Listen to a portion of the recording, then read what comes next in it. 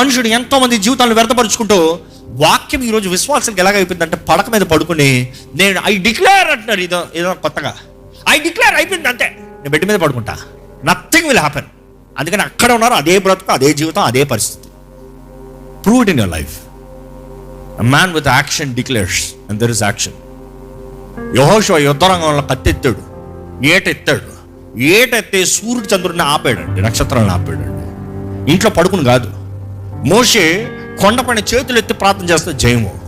చేతులు దింపుతా కాదు, చేతులు దింపితే చచ్చిపోతున్నారు మనుషులు, ఓటం కలుగుతుంది. చేతులు ఎత్తి పెట్టాల్సిన అవసరం ఏముంది? ఐ డిక్లేర్ అనొచ్చు కదా. ఈరోజు చాలా మంది there want short cuts of Christianity. There is nothing like that. క్రీస్తుని వెంబడిస్తున్న షార్ట్ కట్స్ లేదండి. యూ హ్యావ్ టు గో ఒకే మార్గం, ఏసే మార్గం, యేసు మార్గంలోనే వెళ్ళాలి.